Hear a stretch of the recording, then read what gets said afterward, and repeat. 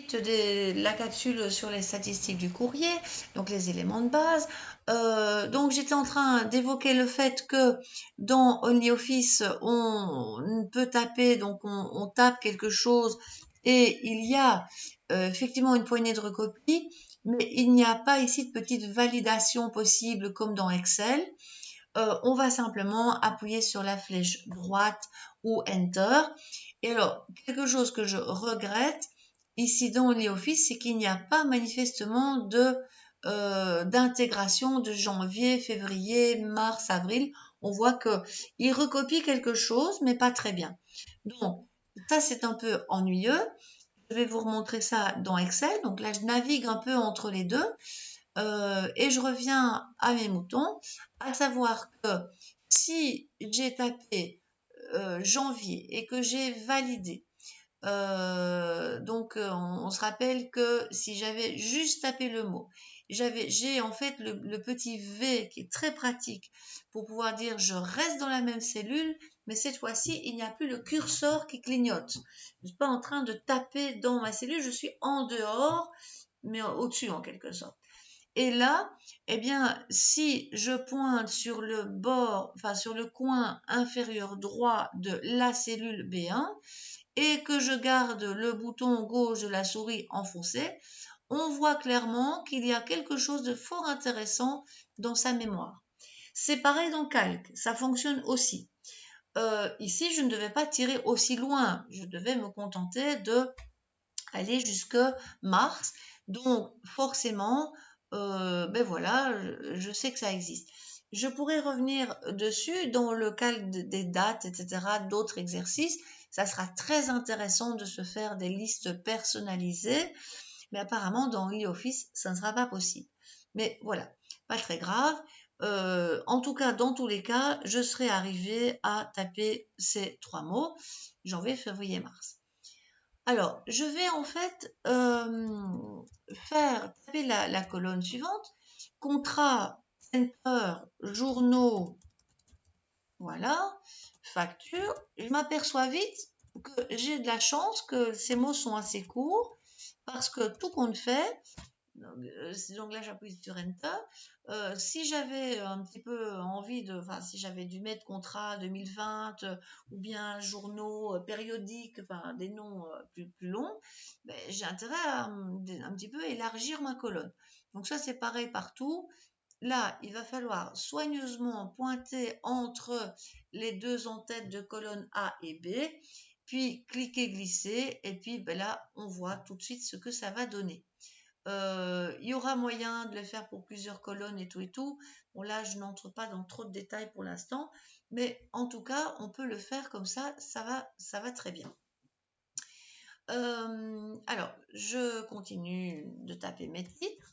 En gros, on tape son texte et puis on tape les nombres et puis on fera les calculs. Donc, on essaye de travailler de façon structurée. Voilà, voilà. Moyenne, ok. Bon, alors là, je m'y colle. Je vais taper les valeurs.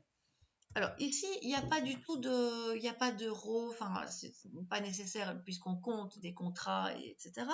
Donc il n'y a pas de monnaie, le format sera standard, on reparlera de ça plus tard. Et là, en fait, une façon commode d'encoder, c'est en fait de utiliser la frappe et puis d'appuyer sur flèche droit. Voilà. Limite, je me remets ici dedans et puis je tape. 47, flèche droit, 65, flèche droit, 63. Voilà. Je peux éventuellement, si j'ai vraiment une très grosse zone, je vais voir si ça marche ici, mais ça peut être intéressant à savoir. Donc ici, je pourrais par exemple dire j'efface avec delete la zone. Donc j'ai sélectionné, j'ai donc cliqué glisser à partir du milieu de la cellule et pas de la poignée de recopie de tout à l'heure.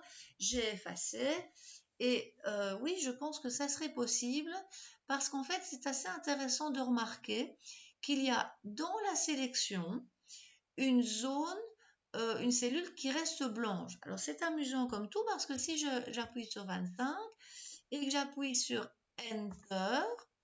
Il va en fait descendre avec donc le Enter. 47 est en blanc. Et puis, j'appuie sur Enter, j'appuie sur 30, puis sur Enter, sur 257. Et puis là, miracle, comme j'ai pris la peine de sélectionner une zone en quelque sorte d'encodage, il sait qu'il doit rester dans cette zone-là. Et donc, je tape mon 12, Enter 65, Enter 24, Enter 345, Enter, hop, je remonte sur Mars. Donc, je ne risque pas de me tromper si j'ai un tableau à taper. Ça peut être sympa. Voilà, donc ça c'est bon. 301, OK. Alors, au niveau des sélections, c'est tout simple. Sélectionner, tant que j'y suis, c'est, voilà, vous cliquez glisser, on voit que ça fonctionne. Donc, on part du milieu de la cellule et on fait un cliquer glisser. Si on veut prendre plusieurs zones, évidemment, on a le contrôle à garder enfoncé, c'est comme partout. Donc, si on a sélectionné une zone, maintenant, on peut aller faire plic-ploc sa sélection. Ici, ça n'a aucun intérêt, mais comme ça montre que la sélection, ça marche très bien et que le contrôle que vous connaissez déjà fonctionne encore. Je désélectionne en cliquant n'importe où dans la feuille de calcul. Si je clique en fait sur un en-tête de colonne, en fait j'ai toute la colonne, donc j'ai le million de cellules qui va avec. Donc on évite ça parce que ça pourrait ralentir si on fait des opérations sur 1 million de cellules quand même. J'ai en fait ici, si je clique sur l'en-tête de ligne, là j'ai toutes les colonnes. Je soupçonne 256 colonnes, mais je devrais creuser. Voilà. Et alors, si j'ai pris la peine de cliquer sur l'entête, par exemple, et de garder le bouton de la souris enfoncé, là, j'arriverai à sélectionner plusieurs colonnes de la même façon qu'ici, j'arrive à sélectionner plusieurs lignes. Donc, tout ça peut être utile pour la suite, on verra. Tout ça va venir petit à petit. Enfin, là, il y a un peu des éléments de base qui sont nécessaires. Alors, encore un truc intéressant quand même, c'est que là, le petit rectangle à l'intersection des en-têtes de colonnes et de lignes, c'est sélectionner toute la feuille. Ça peut être quand même bon à savoir. Voilà, ça c'est un truc intéressant. Alors, ce qui pourrait arriver ici, c'est que par exemple, j'invente et je vais limite simuler la situation. Comme ça, vous essayez, vous testez avec ce premier exercice. On dit, tiens, par exemple, on pourrait avoir imaginé d'oublier de taper la ligne facture. Je vais simuler ça en disant ici, mais je vais carrément la supprimer. Ça, en plus, c'est l'occasion de l'illustrer. Je sélectionne ma ligne.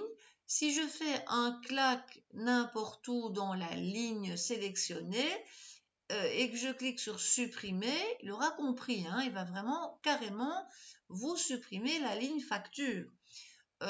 Et forcément, ici, ça ne m'arrange pas du tout parce que je voudrais la réinsérer. Alors, comment je fais ça? J'aurai deux possibilités. Ou bien, j'aime bien le fait de dire je sélectionne cette zone-ci et je la déplace. Autre élément nouveau qui est que là, si j'ai sélectionné ma zone et que je pointe en fait sur un bord, j'avais dit sur un bord, pas sur la poignée de recopie. Voilà, donc sur un bord, j'ai le pointeur prend la forme de 4 flèches blanches, la rose des vents comme ça, et alors là, hop, je peux descendre. Donc ça peut être fort intéressant parce que ça m'apprend comment déplacer une sélection. J'annule, CTRL Z, ça reste toujours bon, ok. Et autre façon, mais qui peut franchement être intéressante aussi, c'est de se dire, oui, mais bon, c'est bien joli, mais j'ai peut-être un gros tableau et je veux juste insérer une ligne au-dessus. Donc, on se met n'importe où dans cette ligne, on fait un clac, donc un clic sur le bouton droit, pour ceux qui connaissent la convention de langage, et puis je vais simplement faire insérer ligne entière. On voit évidemment tout de suite colonne, enfin ça sera bien pratique. Si je devais le faire avec une colonne, ça ne serait pas un souci. Je fais un clac, je ferai insérer colonne entière. Voilà, donc tout ça